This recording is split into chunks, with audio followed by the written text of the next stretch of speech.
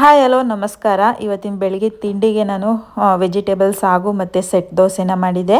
ಅದರ ರೆಸಿಪಿನ ನಾನು ಇಲ್ಲಿ ಶೇರ್ ಮಾಡ್ತಾ ಇದ್ದೀನಿ. ಹಾಗೆ ಎಲ್ಲರೂ ಸಬ್ಸ್ಕ್ರೈಬ್ ಮಾಡಿಕೊಂಡು ವಿಡಿಯೋಸ್ನ ನೋಡಿ. ಇಲ್ಲಿ ನಾನು ಒಂದು ಮಿಕ್ಸರ್ ಜಾರ್ಗೆ ರೆಡಿ ಮಾಡ್ಕೊತಾ ಇದ್ದೀನಿ ಮಸಾಲೆ ರುಬ್ಬಿ ಮಾಡೋದಕ್ಕೆ ಅಂತೇಳಿ. ಮೊದಲಿಗೆ ಶುಂಠಿ ಬೆಳ್ಳುಳ್ಳಿ ಪೇಸ್ಟು, ನೀವು ಶುಂಠಿ ಬೆಳ್ಳುಳ್ಳಿ ಪೇಸ್ಟ್ ಬಿಟ್ಟು ಶುಂಠಿ ಬೆಳ್ಳುಳ್ಳಿ ಸಪ್ರೇಟು ಕೂಡ ಹಾಕೋಬೋದು. ಅದ್ರ ಖಾರಕ್ಕೆ ತಕ್ಕಷ್ಟು ಹಸಿರು ಮೆಣಸಿನ್ಕಾಯಿ, ಒಂದು ಸ್ವಲ್ಪ ಈರುಳ್ಳಿ, ಕೊತ್ತಂಬರಿ ಸೊಪ್ಪು, ಕರಿಬೇವಿನ ಸೊಪ್ಪು, ಸ್ವಲ್ಪ ಕೊಬ್ಬರಿ ಅಥವಾ ತೆಂಗಿನಕಾಯಿನ ಹಾಕೊಳ್ಳಿ. ಅದ್ರ ಜೊತೆಗೆ ಒಂದು ಟೊಮೊಟೊ ಕೂಡ ಹಾಕೊಂಡಿದ್ದೀನಿ. ಸ್ವಲ್ಪ ಮೆಣಸು, ಕಾಳು ಮೆಣಸು, ನಾವು ಇಲ್ಲಿ ಖಾರಕ್ಕೆ ಹಸಿರು ಮೆಣಸಿನ್ಕಾಯಿ ಮತ್ತು ಮೆಣಸು ಎರಡನ್ನೂ ಯೂಸ್ ಮಾಡ್ತಾ ಇರೋದ್ರಿಂದ ನೋಡ್ಕೊಂಡು ಯೂಸ್ ಮಾಡ್ಕೊಳ್ಳಿ. ಹಾಗೆ ಒಂದು ತುಂಡು ಚಕ್ಕೆ, ಸ್ವಲ್ಪ ಸೋಂಪನ್ನು ಕೂಡ ಹಾಕೊತಾ ಇದ್ದೀನಿ. ಸೋಂಪು ಹಾಕೋದ್ರಿಂದ ಒಂಥರ ಒಳ್ಳೆ ಫ್ಲೇವರ್ ಬರುತ್ತೆ, ರೆಸ್ಟೋರೆಂಟ್ ಸ್ಟೈಲ್ ಥರನೇ ಇರುತ್ತೆ. ಇದನ್ನು ಇವಾಗ ನೀಟಾಗೆ ನುಣ್ಣಗೆ ಪೇಸ್ಟ್ ಮಾಡ್ಕೊಳ್ಳಿ. ಅದ್ರ ಜೊತೆಗೆ ಈಗ ನಾನು ಇಲ್ಲಿ ಕುಕ್ಕರಲ್ಲಿ ಮಾಡ್ತಾ ಇದ್ದೀನಿ. ಪಾತ್ರೆಯಲ್ಲಿ ಮಾಡೋದಕ್ಕಿಂತ ಕುಕ್ಕರಲ್ಲಿ ಮಾಡಿದ್ರೆ ಬೆಟರ್ ಅಂತ ಅನಿಸುತ್ತೆ. ಈಗ ಕುಕ್ಕರ್ಗೆ ಸ್ವಲ್ಪ ಎಣ್ಣೆ ಹಾಕ್ಕೊಂಡಿದ್ದೀನಿ. ಎಣ್ಣೆ ಕಾದ್ಮೇಲೆ ಇದಕ್ಕೆ ಒಗ್ಗರಣೆಗೆ ಅಂತೇಳಿ ಸಾಸಿವೆ, ಕರಿಬೇವಿನ ಸೊಪ್ಪು ಮತ್ತು ಸಣ್ಣದಾಗಿ ಹಚ್ಚಿರುವಂಥ ಈರುಳ್ಳಿನೂ ಕೂಡ ಹಾಕ್ಕೊಂಡು ಎಣ್ಣೆಲಿ ಚೆನ್ನಾಗಿ ಫ್ರೈ ಮಾಡ್ಕೊಬೇಕು.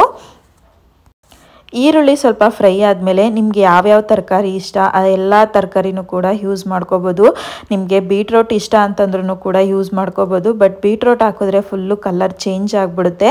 ಇಲ್ಲಿ ನಾನು ಕ್ಯಾರೆಟು, ಬೀನ್ಸು, ಗೆಡ್ಡೆಕೋಸು ಮತ್ತು ನವಿಲ್ಕೋಸಲ್ಲ ಹೂಕೋಸು ಕೂಡ ಹಾಕ್ಕೊಂಡಿದ್ದೀನಿ. ಇದನ್ನು ಸ್ವಲ್ಪ ಎಣ್ಣೆಲಿ ಚೆನ್ನಾಗಿ ಫ್ರೈ ಮಾಡ್ಕೊಬೇಕು. ಇದು ಫ್ರೈ ಆಗ್ತಿದ್ದಂಗೆ ಒಂದು ಸಣ್ಣದಾಗಿ ಹಚ್ಚಿರುವಂಥ ಒಂದು ಟೊಮೊಟೊನು ಕೂಡ ಹಾಕ್ಕೊಂಡು ಫ್ರೈ ಮಾಡ್ಕೊತಾ ಇದ್ದೀನಿ. ಈಗ ಇದು ಟೊಮೊಟೊ ಸಾಫ್ಟ್ ವರ್ಗು ಫ್ರೈ ಮಾಡ್ಕೋಬೇಕು. ಈಗ ಆಲ್ರೆಡಿ ನಾವು ಮಿಕ್ಸರ್ ಜಾರಲ್ಲಿ ಪೇಸ್ಟ್ ಮಾಡ್ಕೊಂಡಿರುವಂಥ ಇದು ಪೇಸ್ಟ್ ಕೂಡ ಹಾಕ್ಕೊಂಡು ಚೆನ್ನಾಗಿ ಇದು ಹಸಿ ವಾಸನೆ ಹೋಗೋವರೆಗೂ ನಾವು ಸ್ವಲ್ಪ ಎಣ್ಣೆಲೇನೆ ಫ್ರೈ ಮಾಡ್ಕೊಬೇಕು.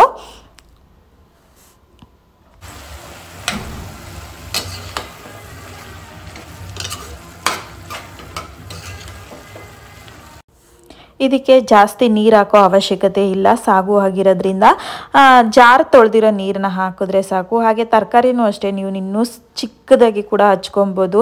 ನಾನಿಲ್ಲಿ ಸ್ವಲ್ಪ ದಪ್ಪಗೆ ಹಚ್ಬಿಟ್ಟಿದ್ದೀನಿ, ಟೈಮ್ ಆಗ್ತು ಅಂತೇಳಿ. ಇನ್ನೂ ಸಣ್ಣಕ್ಕೆ ಹಚ್ಚಿದ್ರೆ ಇನ್ನೂ ತುಂಬ ಚೆನ್ನಾಗಾಗುತ್ತೆ. ಇದ್ರ ಜೊತೆಗೆ ನೀವು ಹಸಿ ಬಟಾಣಿ ಇದ್ದರೂ ಕೂಡ ಹಸಿ ಬಟಾಣಿ ಹಾಕೋಬೋದು. ಇಲ್ಲ ಅಂದರೆ ರಾತ್ರಿನೇ ನೆನೆಸಿ ಬಟಾಣಿನ ಒಂದು 2-3 ಕೂಗಿಸಿ ಕೂಡ ಸೇರಿಸ್ಕೋಬೋದು. ಅದು ಕೂಡ ತುಂಬ ಚೆನ್ನಾಗಿರುತ್ತೆ. ಅದಕ್ಕಿಂತ ಬೆಸ್ಟು ಹಸಿ ಬಟಾಣಿ ಸೀಸನಲ್ಲಿ ಈ ಸಾಗು ಮಾಡಿ ಹಸಿ ಬಟಾಣಿ ಹಾಕಿ ಮಾಡಿದ್ರೆ ಇನ್ನೂ ಚೆನ್ನಾಗಿರುತ್ತೆ ಅಂತಲೇ ಹೇಳ್ತೀನಿ. ಇವಾಗ ಇದು ರೆಡಿ ಆಗ್ತಿದೆ. ಇದಕ್ಕೆ ಒಂದು ಸ್ವಲ್ಪ ಮಸಾಲೆ ಹಾಕೋಣ ಅಷ್ಟೇ. ನಾವು ಆಲ್ರೆಡಿ ಚಕ್ಕೆ, ಮೆಣಸು ಎಲ್ಲ ರುಬ್ಬಕ್ಕೆ ಹಾಕಿರೋದ್ರಿಂದ ಲೈಟಾಗಿ ಸ್ವಲ್ಪ ಮಸಾಲೆ ಹಾಕ್ಕೊಳ್ಳೋಣ. ಇದಕ್ಕೆ ಸ್ವಲ್ಪ ಗರಂ ಮಸಾಲ, ಸ್ವಲ್ಪ ಅರಿಶಿನ, ಒಂದು ಸ್ವಲ್ಪ ಧನಿಯಾ ಪೌಡರು ಇಷ್ಟನ್ನು ಕೂಡ ಹಾಕ್ಕೊತಾ ಇದ್ದೀನಿ. ಇಲ್ಲಿ ನಾನು ಖಾರಕ್ಕೆ ಹಸಿರು ಮೆಣಸಿನ್ಕಾಯಿ, ಮೆಣಸು ಎರಡೂ ಬೆಳೆಸಿರೋದ್ರಿಂದ ನಾನು ಖಾರಕ್ಕೆ ಯಾವುದೇ ರೀತಿ ಒಣಮೆಣಸಿನ್ಕಾಯಿ ಪೌಡರ್ ಆಗಿರ್ಬೋದು ಮೆಣಸಿನ್ಕಾಯಿನ ಯೂಸ್ ಮಾಡ್ತಾಯಿಲ್ಲ. ಇಲ್ಲಿ ಸ್ವಲ್ಪ ಮೊದಲೇ ಹೇಳ್ದಂಗೆ ಸ್ವಲ್ಪ ಜೀರಿಗೆ ಪೌಡರು, ಸ್ವಲ್ಪ ಗರಂ ಮಸಾಲ ಪೌಡರು, ಸ್ವಲ್ಪ ಧನಿಯಾ ಪೌಡರು, ಸ್ವಲ್ಪ ಅರಿಶಿನ ಇಷ್ಟನ್ನು ಕೂಡ ಹಾಕ್ಕೊಂಡಿದ್ದೀನಿ. ಇದನ್ನು ಇವಾಗ ನೀಟಾಗಿ ಸ್ವಲ್ಪ ಮಿಕ್ಸ್ ಮಾಡ್ಕೊಳ್ಳೋಣ.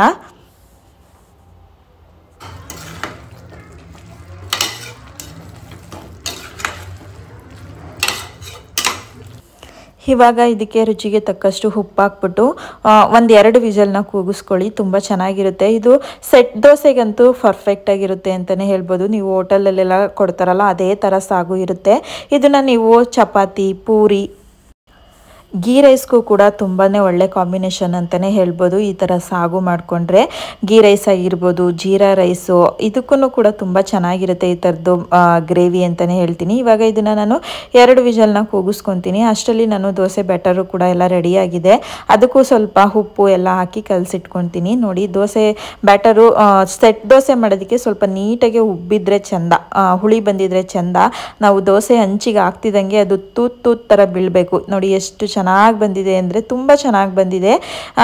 ಬೇರೆ ಯಾವತ್ತಾದರೂ ನಾನು ದೋಸೆ ಮೆಜರ್ಮೆಂಟ್ನು ಕೂಡ ತೋರಿಸ್ತೀನಿ. ತುಂಬ ಚೆನ್ನಾಗಿ ಉಬ್ಬಿತ್ತು. ಇವಾಗ ಇದಕ್ಕೆ ಸ್ವಲ್ಪ ಉಪ್ಪು, ಸ್ವಲ್ಪ ನಾನಿಲ್ಲಿ ಶುಗರ್ನು ಕೂಡ ಆ್ಯಡ್ ಮಾಡ್ತೀನಿ, ಸಕ್ಕರೆ ಹಾಕೋದ್ರಿಂದ ಒಂದು ಒಳ್ಳೆ ಕಲರ್ ಬರುತ್ತೆ ದೋಸೆ. ಹಾಗಾಗಿ ಸ್ವಲ್ಪ ಸಕ್ಕರೆ ಹಾಕೊತಿದ್ದೀನಿ. ನಿಮಗೆ ಬೇಡ ಅಂದರೆ ಕೂಡ ಸ್ಕಿಪ್ ಮಾಡ್ಕೋಬೋದು.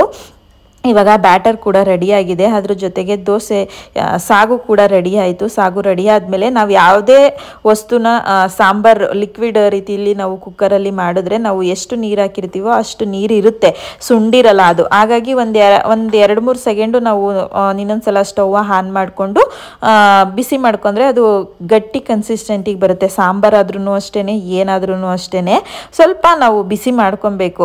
ಕುಕ್ಕರಿಂದ ನಾವು ಕುಕ್ಕರ್ ವಿಸಲ್ನ ಮೇಲೆ ನಾವು ಬಿಸಿ ಮಾಡಿದ್ರೆ ಅದು ನಾವು ಯಾವ ಅದಕ್ಕೆ ಬೇಕು ಅಂದ್ಕೊಂಡಿರ್ತೀವೋ ಅದಕ್ಕೆ ಬರುತ್ತೆ. ಇಲ್ಲಾಂದರೆ ಸ್ವಲ್ಪ ನೀರು ಥರ ಇರುತ್ತೆ. ಇವಾಗ ನಾನು ಇಲ್ಲಿ ದೋಸೆ ಕೂಡ ಹಾಕೊತಾ ಇದ್ದೀನಿ. ನಾವು ಸೆಟ್ ದೋಸೆನ ಜಾಸ್ತಿ ಅರಳುವಂಗೆ ತೆಳ್ಳಗೆ ಮಾಡೋಂಗಿಲ್ಲ. ಈ ಥರ ಸ್ವಲ್ಪನೇ ನಾನು ಇಲ್ಲಿ 2 ಸೌಟ್ ಹಾಕ್ಬಿಟ್ಟು ಮಾಡಿದ್ದೀನಿ. ನೋಡಿ ಎಷ್ಟು ನೀಟಾಗಿ ತೂತ್ ಥರ ಬರ್ತಿದೆಯಲ್ಲ. ಈ ಥರ ಬಂದರೆ ನಮಗೆ ದೋಸೆನೂ ಸ್ವಲ್ಪ ಸ್ಪಂಜಿ ಥರ ಇರುತ್ತೆ, ಸಾಫ್ಟಾಗೂ ಕೂಡ ಇರುತ್ತೆ. ತುಂಬ ಚೆನ್ನಾಗಿರುತ್ತೆ ಸೆಟ್ ದೋಸೆ ಅಂತಲೂ ಹೇಳ್ಬೋದು. ನಾನು ನಮ್ಮನೇಲಿ ನಾನ್ ಸ್ಟಿಕ್ ತವ ಎಲ್ಲ ಯೂಸ್ ಮಾಡಲ್ಲ, ನಾನು ಕಬ್ಬಿಣದ ತವನೇ ಯೂಸ್ ಮಾಡ್ತೀನಿ. ಅದರಲ್ಲೂ ಕೂಡ ಇಷ್ಟು ಚೆನ್ನಾಗಿ ದೋಸೆ ಬರುತ್ತೆ ಅಂತಲೇ ಹೇಳ್ಬೋದು. ಇವಾಗ ನೋಡಿ ಎಲ್ಲೂ ಕೂಡ ಒಂಚೂರು ಕಚ್ಕೊಳ್ಳೋದಾಗಲಿ ಅಂಟ್ಕೊಳ್ಳೋದಾಗಲಿ ಆ ಥರ ಎಲ್ಲ ಏನೂ ಆಗೋದಿಲ್ಲ. ಒಳ್ಳೆ ಕಲರು ಕೂಡ ಬರುತ್ತೆ ಈ ಥರ ಕಬ್ಬಿಣದ ತವಗಳಲ್ಲಿ ಮಾಡಿದ್ರೆ.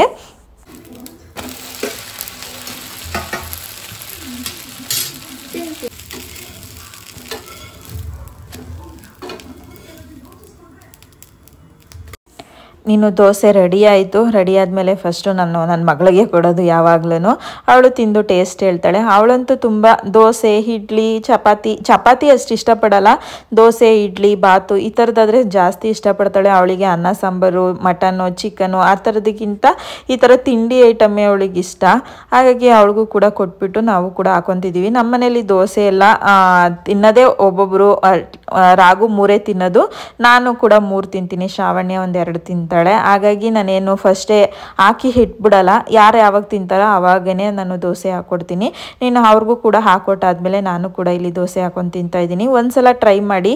ಯಾರಾದರೂ ಟ್ರೈ ಮಾಡಿದ್ರೆ ಕಮೆಂಟ್ ಬಾಕ್ಸಲ್ಲಿ ಕಮೆಂಟ್ ಮಾಡಿ. ಹಂಗೆ ಹೇಗಿತ್ತು ಅನ್ನೋದನ್ನು ಕೂಡ ರೆಸಿಪಿನ ಹೇಳಿ ಕಮೆಂಟ್ ಮಾಡಿ. ಹಾಗೆಯೇ ಇವಾಗ ಸಾಯಂಕಾಲ ಆಗಿದೆ. ಸಾಯಂಕಾಲ ಅಡುಗೆಗೆ ಅಂತೇಳಿ ಮಧ್ಯಾಹ್ನ ಸ್ವಲ್ಪ ಸಾಂಬಾರುಗಳಿತ್ತು 2 ಥರದ್ದು, ಅದನ್ನೇ ಅಡ್ಜಸ್ಟ್ ಮಾಡ್ಕೊಂಡಿದ್ದೆ. ಇವಾಗ ಸಾಂಬಾರು ಮಾಡಬೇಕಿತ್ತು, ಬಟ್ ವೆದರ್ ಸ್ವಲ್ಪ ಚೇಂಜ್ ಆಯ್ತಲ್ವ, ಮಳೆ ಬಂದು ಬಿಸಿಲು ಬಂತು. ಹಾಗಾಗಿ ಸ್ವಲ್ಪ ಯಾಕೋ ಜ್ವರ ಬಂದಂಗೆ ಆಗ್ತಾಯಿತ್ತು. ಜ್ವರ ಬರಲಿ ಏನೇ ಆಗಲಿ ಅಡುಗೆ ಮಾಡಲೇಬೇಕಲ್ವ. ಮನೇಲಿ ಹೆಣ್ಮಕ್ಳಾಗಿದ್ಮೇಲೆ ಸ್ವಲ್ಪ ಜಾಸ್ತಿ ಹುಷಾರಿಲ್ಲ ಅಂತಂದರೆ ಮಲ್ಕೊಂಡ್ಬಿಟ್ರೆ ಹೋಟ್ಲಿಂದ ತಂದು ಕೊಡ್ತಾರೆ, ಅದನ್ನು ತಿನ್ನೋದಕ್ಕೂ ಆಗೋದಿಲ್ಲ. ಹಾಗಾಗಿ ಒಂದು ಸ್ವಲ್ಪ ಲೈಟಾಗಿ ಜ್ವರನೇ ಇತ್ತು ಅಂತಲೇ ಹೇಳ್ಬೋದು. ಬೇಗ ಆಗಲಿ ಅಂತೇಳಿ ನಾನು ಇಲ್ಲಿ ಹುರುಳಿಕಾಳು ಸಾಂಬಾರನ್ನ ಮಾಡ್ತಾಯಿದ್ದೀನಿ. ಯಾಕೋ ಅನ್ನನೂ ಕೂಡ ತಿನ್ನೋದಕ್ಕೆ ಅಷ್ಟು ಇಷ್ಟ ಇರಲಿಲ್ಲ, ಮುದ್ದೆ ಮಾಡ್ಕೊಳ್ಳೋಣ ಅಂತೇಳಿ. ಅನ್ನನೂ ಸ್ವಲ್ಪ ಇತ್ತು, ಹಾಗಾಗಿ ಮುದ್ದೆ ಮಾಡ್ಕೊತಾ ಇದ್ದೀನಿ. ತುಂಬ ಸಿಂಪಲ್ಲಾಗೆ ಮಾಡ್ಕೋಬೋದು, ಬೇಗನೂ ಕೂಡ ಆಗುತ್ತೆ. ಆ ರೆಸಿಪಿನೂ ಕೂಡ ನಿಮ್ಮ ಜೊತೆ ಇಲ್ಲಿ ಶೇರ್ ಮಾಡ್ತಾಯಿದ್ದೀನಿ. ನೋಡಿ ಸಿಂಕಲ್ ಪಾತ್ರೆ ಹಂಗೆ ಇದೆ. ನಾನು ಮಧ್ಯಾಹ್ನದಿಂದನೂ ಮಲಗೇ ಬಿಟ್ಟಿದ್ದೆ, ಎದಳಕೆ ಆಗ್ತಾ ಇರಲಿಲ್ಲ. ಸಡನ್ನಾಗಿ ಮಳೆ ಬಂದು ಬಿಸಿಲು ಬಂದರೆ ವೆದರ್ ಚೇಂಜ್ ಆಗಿತ್ತಲ್ವ, ಹಾಗಾಗಿ ಸ್ವಲ್ಪ ಗಂಟ್ಲು ಇರ್ತಾ ತಲೆನೋವು, ಒಂದು ಸ್ವಲ್ಪ ಮೈ ಬಿಸಿ ಇದೆ. ಹಾಗಾಗಿ ಇಲ್ಲಿ ನಾನು ಅಡುಗೆ ಮಾಡ್ತಾಯಿದ್ರೆ ನನ್ನ ಮಗಳು ಬಂದು ಹುಷಾರಿಲ್ವಲ್ಲ ಬಿಡಮ್ಮ ಹೋಟ್ಲಲ್ಲಿ ತಂದು ತಿಂದ್ಬಿಡೋಣ ಅಂತ ಹೇಳ್ತಾ ಇದ್ಲು. ಅವಳಿಗೆ ಹೋಟ್ಲು ಫುಡ್ಡು ಅಂದ್ರೂ ಅಷ್ಟೇ ಇಷ್ಟ. ಹೋಟ್ಲಲ್ಲಿ ಯಾವಾಗಲೂ ತಿನ್ನೋಕ್ಕಾಗುತ್ತಾ, ಅವಶ್ಯಕತೆ ಇದ್ದಾಗ ತಿನ್ನಬೇಕು ಅಂತೇಳಿ ನಾನೇ ಮಾಡ್ತೀನಿ ಅಂತೇಳಿ ಇಲ್ಲಿ ರೆಡಿ ಮಾಡ್ಕೊತಾ ಇದ್ದೀನಿ. ನಾನು ಮೊದಲೇ ಹುರುಳಿಕಾಳನ್ನ ತೊಳೆದು ಇಟ್ಕೊಂಡಿದ್ದೆ. ಸಾಮಾನ್ಯವಾಗಿ ಯಾರೂ ಹುರುಳಿಕಾಳನ್ನ ತೊಳೆಯಲ್ಲ, ಇತ್ತೀಚೆಗೆ ಎಲ್ಲನೂ ತೊಳಿಬೇಕು ಅಂತ ಅನಿಸುತ್ತೆ. ನಮ್ಮೂರಲ್ಲೆಲ್ಲ ಊರಲ್ಲಿ ಯಾರು ಹುರುಳಿಕಾಳನ್ನ ತೊಳೆಯೋದಿಲ್ಲ, ಹಂಗೆ ಹಾಕೊತಾರೆ. ತೊಳೆದ್ಬಿಟ್ಟು ಇಲ್ಲಿ ನಾನು ಇದನ್ನು ಉರಿತಾ ಇದ್ದೀನಿ. ಇದನ್ನು ಎಷ್ಟು ಪುಟ್ಟಾಗಬೇಕು, ನಾವು ಬಾಯಿಗೆ ಹಾಕೊಂಡು ತಿಂದ್ರೂ ಕೂಡ ಅದು ಕಟುಂಬ ಅನ್ಬೇಕು, ಆ ಥರ ಉರಿಬೇಕು. ಒಳ್ಳೆ ಕೆಂಪು ಬಣ್ಣಕ್ಕೆ ಬರುತ್ತೆ ಎಲ್ಲದನ್ನು ಕೂಡ. ಆ ರೇಂಜ್ಗೆ ಉರಿದ್ರೆ ಅದು ಘಮನೂ ಕೂಡ ಅಷ್ಟೇ. ಹುರುಳಿಕಾಳು ಉರಿಬೇಕಾದ್ರೆ ಸಿಕ್ಕಾಪಟ್ಟೆ ಘಮ ಬರ್ತಾ ಇರುತ್ತೆ. ನಮಗೆ ಚಿಕ್ಕ ವಯಸ್ಸಲ್ಲಿ ಇದ್ದಾಗ ಈ ಥರ ಅಕ್ಕಿ ಹುರಿದ್ಬಿಟ್ಟು ಮತ್ತು ಹುರುಳಿಕಾಳು ಹುರಿದ್ಬಿಟ್ಟು ಮತ್ತು ಅದ್ರ ಜೊತೆಗೆ ಎಳ್ಳು ಸಕ್ಕರೆ ಎಲ್ಲ ಮಿಕ್ಸ್ ಮಾಡ್ಕೊಂಡು ತಿಂತಿದ್ವಿ. ಇವಾಗ ಹುರುಳಿಕಾಳು ಹುರಿದ ಆಗಿದೆ. ಇದಕ್ಕೆ ನಾನಿವಾಗ ಜಾರಿಗೆ ಒಂದು ಸ್ವಲ್ಪ ಹುರುಳಿಕಾಳು, 1 ಟೊಮೊಟೊ, 1 ಈರುಳ್ಳಿ, ಒಂದು ಸ್ವಲ್ಪ ಬೆಳ್ಳುಳ್ಳಿ, ಅದ್ರ ಜೊತೆಗೆ ಸ್ವಲ್ಪ ಹುಣಸೆ ಹಣ್ಣು, ಕೊತ್ತಂಬರಿ ಸೊಪ್ಪು, ಅಚ್ಕಾರದ ಪುಡಿ, ಅದು ಅಚ್ಕಾರದ ಪುಡಿ ಎಲ್ಲ ಇದು ಸಾಂಬಾರು ಪುಡಿ ಜೊತೆಗೆ ಸ್ವಲ್ಪ ತೆಂಗಿನಕಾಯಿ ಕೂಡ ಹಾಕ್ಕೊಂಡು ರುಬ್ಕೊಂಡಿದ್ದೀನಿ. ತುಂಬ ಸಿಂಪಲ್ಲು ಈ ಸಾಂಬಾರು. ಅದರಲ್ಲೂ ಮಳೆ ಬರ್ತಿದ್ದಾಗ ಈ ಥರ ವೆದರ್ ಚೇಂಜ್ ಆಗಿ ಸ್ವಲ್ಪ ಹುಷಾರಿಲ್ಲ ಅಂತಂದಾಗ ತುಂಬ ಚೆನ್ನಾಗಿರುತ್ತೆ ಅಂತಲೇ ಹೇಳ್ಬೋದು. ಇವಾಗ ಅದನ್ನು ನೀಟಾಗಿ ಪೇಸ್ಟ್ ಮಾಡ್ಕೊಳ್ಳೋಣ. ಈಗ ಹುರುಳಿಕಾಳನ್ನ ನಾನು ಒಂದು ಪ್ಲೇಟಿಗೆ ತೆಗೆದಿಟ್ಕೊತಿದ್ದೀನಿ. ಇದೇ ಬಾಣಲೆಲೆ ಸಾಂಬಾರು ಮಾಡ್ಕೊಳ್ಳೋಣ ಅಂತೇಳಿ. ಇದು ಸ್ಟೀಲ್ದು ಬಾಣಲಿ ಆಗಿರೋದ್ರಿಂದ ಎಲ್ಲ ಸೀದೋದಂಗೆ ಆಗಿದೆ. ಆಗಿದೆ, ಯಾರೋ ತಪ್ಪು ತಿಳ್ಕೊಬೇಡಿ ಹಿಂಗೆ ಇದೆಯಾ ಅಂತೇಳಿ.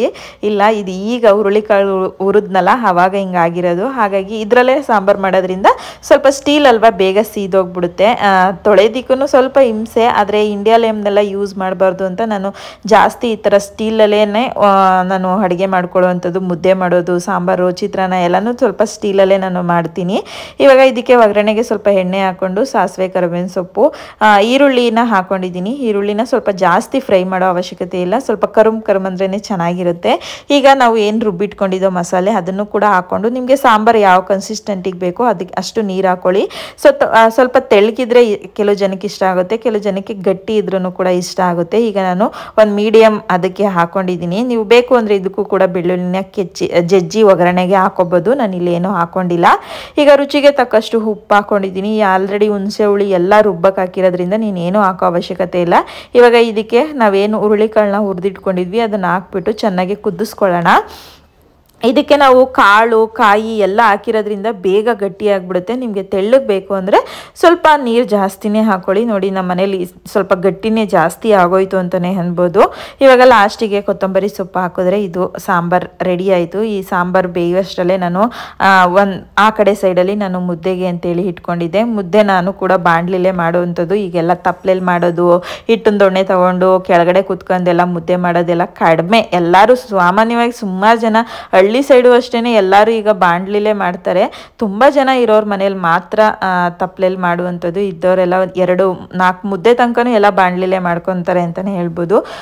ಇವಾಗ ಮುದ್ದೆ ಕೂಡ ಮಾಡ್ಕೊತೀನಿ. ಯಾಕೋ ಅನ್ನ ತಿನ್ನೋದಕ್ಕೆ ಬೇಜಾರಾಯ್ತಾಯಿತ್ತು. ಯಾಕೋ ಹುಷಾರಿರ್ಲಿಲ್ವಲ್ಲ, ಮುದ್ದೆ ಆದರೆ ಸ್ವಲ್ಪ ನುಂಗ್ಬೋದು ಬಿಸಿ ಬಿಸಿದು ಅಂತೇಳಿ ಮುದ್ದೆನೇ ಮಾಡ್ಕೊತಾ ಇದ್ದೀನಿ.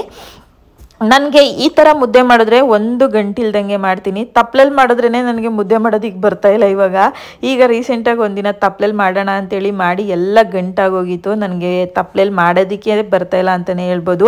ಅದರಲ್ಲೂ ನನಗೆ ಈ ಮುದ್ದೆ ತಿರುಗ್ತಿದ್ದೀನಲ್ಲ, ಇದಂತೂ ಎಷ್ಟು ಗಟ್ಟಿ ಇದೆ ಅಂದರೆ ಇದಕ್ಕಿಂತ ಮುಂಚೆ ಒಂದು 4-5 ಏನೋ ಮುರಿದಾಕಿದೆ. ಇದು ಸಿಕ್ಕಾಬಟ್ಟೆ ಗಟ್ಟಿ ಇದೆ. ಸದ್ಯ ಇದೊಂದು ಲೆಕ್ಕಿಲಿ ನನಗೆ ಗಟ್ಟಿ ಇರೋದ್ರಿಂದ ಸುಮಾರು ದಿವಸ ಮುದ್ದೆ ಮಾಡ್ಕೋಬೋದು ಇದರಲ್ಲೇ ಅಂತ ಅನ್ಕೊತೀನಿ. ಕೋಲ್ ಅವಶ್ಯಕತೆ ಇಲ್ಲ. ಇವಾಗ ಬನ್ನಿ, ಬಿಸಿ ಬಿಸಿ ಮುದ್ದೆ ಹಾಗೆ ಮೊಟ್ಟೆನೂ ಕೂಡ ಬೇಯಿಸ್ಕೊಂಡಿದೆ ನಂಚ್ಕೊಳ್ಳೋದಕ್ಕೆ ಅಂತೇಳಿ. ಹುರುಳಿಕಾಳು ಸಾಂಬಾರು ನೀವು ಕೂಡ ಟ್ರೈ ಮಾಡಿ ಯಾವಾಗಾದರೂ ಒಂದ್ಸಲ, ತುಂಬ ಚೆನ್ನಾಗಿರುತ್ತೆ. ಹುಳಿ ಖಾರವಾಗೆಲ್ಲ ಟ್ರೈ ಮಾಡಿದ್ರೆ ಮೊದಲೇ ಹೇಳ್ದಂಗೆ ಕಮೆಂಟ್ ಬಾಕ್ಸಲ್ಲಿ ಕಮೆಂಟ್ ಮಾಡಿ. ಅಥವಾ ಈ ಥರ ಸಾಂಬಾರು ನೀವು ಮಾಡಿದ್ದೀರಾ ಆಲ್ರೆಡಿ, ನಾವು ಮಾಡ್ತೀವಿ ನಮ್ಮ ಮನೇಲಿ ಏನಾದರೂ ಕೂಡ ಮಾಡ್ತಿದ್ದೀವಿ ಅಂತೇಳಿ ಕಮೆಂಟ್ ಮಾಡಿ. ಹಾಗೆ ಯಾರೆಲ್ಲ ಈ ವಿಡಿಯೋಸ್ನ ನೋಡ್ತಿದ್ದೀರಾ ಅವರೆಲ್ಲ ಪ್ಲೀಸ್ ಸಬ್ಸ್ಕ್ರೈಬ್ ಮಾಡಿಕೊಂಡು ವಿಡಿಯೋಸ್ನ ನೋಡಿ, ಹಾಗೆ ಬೆಲ್ ಐಕನ್ನ ಕ್ಲಿಕ್ ಮಾಡಿ ಅಂತ ಹೇಳ್ತಾ ಇವತ್ತಿನ ವಿಡಿಯೋನ ಇಲ್ಲಿಗೆ ಮುಗಿಸ್ತಾ ಇದ್ದೀನಿ. Thank you.